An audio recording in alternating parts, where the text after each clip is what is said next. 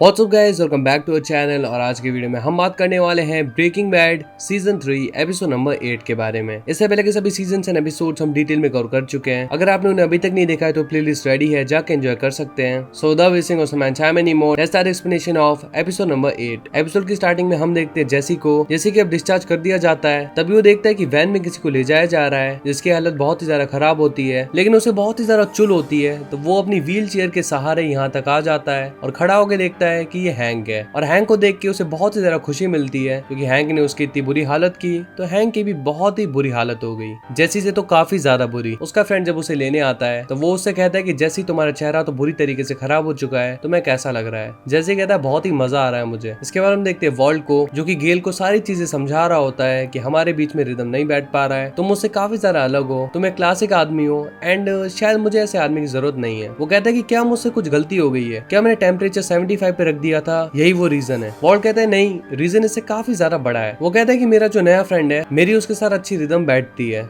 तो मैं उसी के साथ काम करने वाला हूँ। तब यहाँ पे जैसी आता है एंड वो बहुत ही बुरी तरीके से शुरू हो जाता है। वो कहता है भाई क्या फाड़ू लैब है, हमने आखिर आर्मी में कुक किया ही क्यों, हमें सीधा यहीं पे आना चाहिए था ना। अब गेल उससे कहता है कि क्या ये वो इंसान है जिसको आप मुझसे रिप्लेस करने वाले हो। लेकिन वो जो बंदा जिसने वॉल्ट को पैसे दिए होते हैं वो गेल को यहाँ से निकाल देता है। और वॉल्ट जैसी को कहता है कि देखो जैसी, तुम यहाँ पे नए हो तो तुम्हें काम अच्छी तरीके से समझना पड़ेगा एंड ये सारी मशीनें भी तुम्हारे लिए नहीं है, तो इन सबको भी तुम्हें अच्छी तरीके से टैकल करना पड़ेगा और इसकी नॉलेज भी जल्दी से लेनी पड़ेगी। जैसे कहता है कि यहाँ पे नेटवर्क कैसा आता है। वॉल्ट उसे बताता है कि यहाँ पे नेटवर्क कुछ खास नहीं आता है, यहाँ पे बस एक ही फोन लाइन है जिसका तुम यूज कर सकते हो अगर तुम्हें किसी को कांटेक्ट करना है तो। अब जैसे वॉल्ट को उसके ब्रदर इन लॉ यानी कि हैंक के बारे में बता देता है कि उसने देखा कि हैंक की बहुत ही बुरी कंडीशन चल रही है। ये सुन के वॉल्ट जाता है हॉस्पिटल में और वो देखता है कि यहाँ पे स्काइलर, मैरी और वॉल्ट जूनियर भी बैठे होते हैं। वॉल्ट मैरी को थोड़ा सा दिलासा देता है एंड जाके डीए के हेड से पूछता है कि आखिर ये सब क्या हुआ। वो कहता है कि हैंक पे अटैक हुआ था, उनमें से एक बंदा तो मर चुका है एंड दूसरा हॉस्पिटल में ऊपर एडमिट है। वॉल्ट कहता है कि आखिर हैंक को कोई टारगेट क्यों करेगा। उनका हेड कहता है कि शायद वो इनकी रेंज में आ गया होगा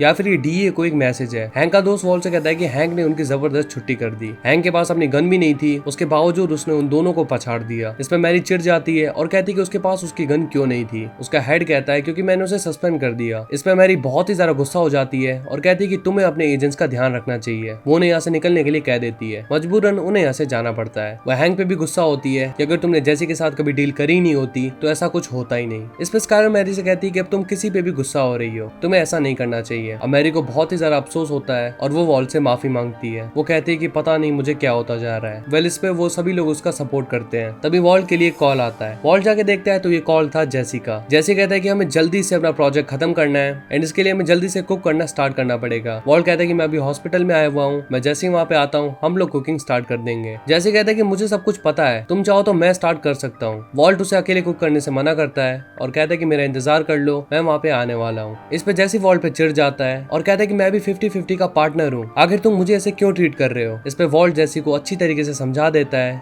और कुक करने से मना करता है। इसके बाद वॉल्ट सभी के पास जाता है और कहता है कि अब हमें ब्रेकफास्ट कर लेना चाहिए। जब वो लोग खाना खा रहे होते हैं तो मैरी को फॉग भी बहुत ही ज्यादा गंदे मिलते हैं। वो कहते हैं कि इन लोगों को यहाँ पे थोड़ी सफाई रखनी चाहिए। एक्चुअली वो बहुत ही ज्यादा चिड़चिड़ी हो रही होती है क्योंकि हैंक की हालत बहुत ही ज्यादा क्रिटिकल है। वॉल्ट उसे कहता है कि मैं जानता हूँ ये सब कुछ बहुत ही ज्यादा हार्ड होता है, मैंने भी ये सब कुछ फेस किया है एंड जिस दिन मेरा ऑपरेशन होने वाला था उस टाइम पे मैं चाहता था कि हमें ज्यादा से ज्यादा रेड सिग्नल मिले ताकि मैं थोड़ा सा टाइम अपनी फैमिली के साथ और स्पेंड कर सकूं, लेकिन उस टाइम पे हमें सारे के सारे सिग्नल ग्रीन मिले। बट फिर भी मैं रिकवर कर गया एंड अगर मैं रिकवर हो सकता हूँ तो डेफिनेटली हैंक भी हो सकता है क्योंकि वो मुझसे कई गुना ज्यादा पावरफुल है, उसके अंदर मुझसे कई गुना ज्यादा हिम्मत है and as a human being भी वो मुझसे ज्यादा अच्छा है। भले ये चीज थोड़ी सी डिफिकल्ट है लेकिन हैंक जरूर रिकवर कर लेगा। ऑन द अदर हैंड हम देखते हैं गस को, जिसके पास कार्डिल के लीडर का फोन आया होता है एंड वो कहता है कि उन ट्विंस ने डीए के एक एजेंट पे हमला किया और वो कहता है कि मैं जानता हूँ उसकी इन्फॉर्मेशन उन्हें तुमने ही दी होगी। गस कहता है कि नहीं, मुझे इस बारे में कुछ भी नहीं पता। वो कहता है कि उन दोनों में से एक जिंदा है एंड मैं उसी से पता कर लूंगा। गस उससे मैथ की सप्लाई के बारे में पूछता है तो वो कहता है कि इसमें थोड़ा सा टाइम लग सकता है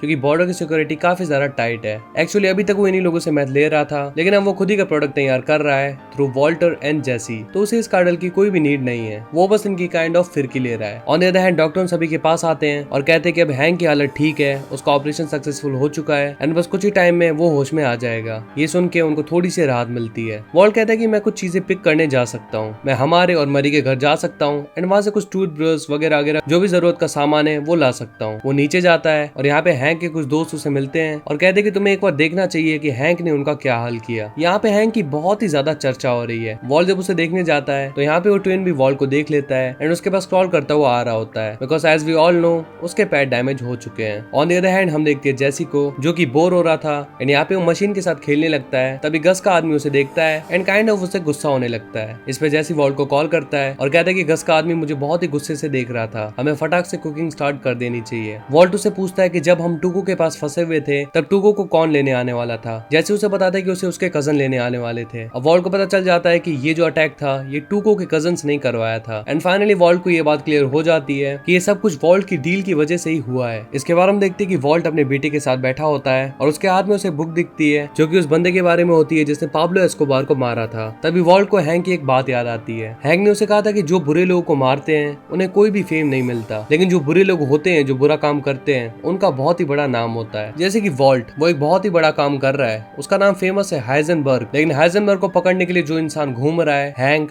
उसे कोई भी नहीं जानता। ये बस मैंने एक एग्जांपल दिया है आप लोगों को समझाने के लिए। तभी गस वॉल्ट को कॉल करता है और पूछता है कि क्या इस हफ्ते तुम मैथ की डिलीवरी कर दोगे। वॉल्ट कहता है कि मैं थोड़ा सा फंस गया था लेकिन मैं नेक्स्ट वीक तुम्हें डबल दे दूंगा, यानी कि इस हफ्ते का जो भी माल पानी होगा वो तुम्हें नेक्स्ट वीक डबल मिल जाएगा। एंड इसी के साथ इनकी कॉन्वर्जेशन खत्म हो जाती है। अब वॉल्ट अंदर जाके हैंक के फ्रेंड से पता करता है कि क्या वो लोग उसे मारने आएंगे। हैंक का फ्रेंड कहता है कि ये उनका लास्ट चांस था एंड उन्होंने ये मिस कर दिया, अब वो लोग हैंक का कुछ भी नहीं बिगाड़ सकते। तभी हम देखते कि गस यहाँ पे आया होता है और यहाँ पे वो पूरी डीए के मेंबर्स के लिए खाना लाया होता है। वो वॉल्ट से मिलने आता है और यहाँ पे वॉल्ट की भी हालत खराब हो जाती है। वो वॉल्ट की फैमिली से मिलता है एंड इसके बाद वॉल्ट के साथ नीचे चला जाता है। वॉल्ट कहता है कि तुम्हारे यहाँ पे आने का रीजन क्या है। वो कहता है कि वो जो एक ट्विन बाकी था अब उसके सर्वाइवल के चांस भी बहुत ही ज्यादा कम है, यानी कि डेफिनेटली उसने उसे मरवा दिया। वॉल्ट समझ जाता है कि वो यहाँ पे क्यों आया था एंड तभी हम देखते हैं माइक को, यानी कि गस ने माइक को उसे मारने का ऑर्डर दिया था एंड माइक ने ये काम कर दिया। फिर हम देखते हैं कि कार्डिल के बॉस का कॉल आता है गस को और वो गस से बोलता है कि दूसरा ट्विन भी मर चुका है एंड मैं जानता हूँ कि ये काम तुमने किया है, बट डेफिनेटली गस ये बात मानने को तैयार नहीं है। वो कहता है कि मैं कभी ना कभी तो इस बात का पता लगा ही लूंगा एंड चिंता मत करो मैं तुम्हारे पीछे जरूर आऊंगा, मेरा कोई कुछ भी नहीं बिगाड़ सकता, मेरे बहुत सारे कॉन्टैक्ट्स हैं। तभी यहाँ पे कुछ गन शॉट्स की आवाज आती है और हमें पता चलता है कि कार्डिल के बॉस को कोई मारने आया होता है। फिर हम देखते हैं गस को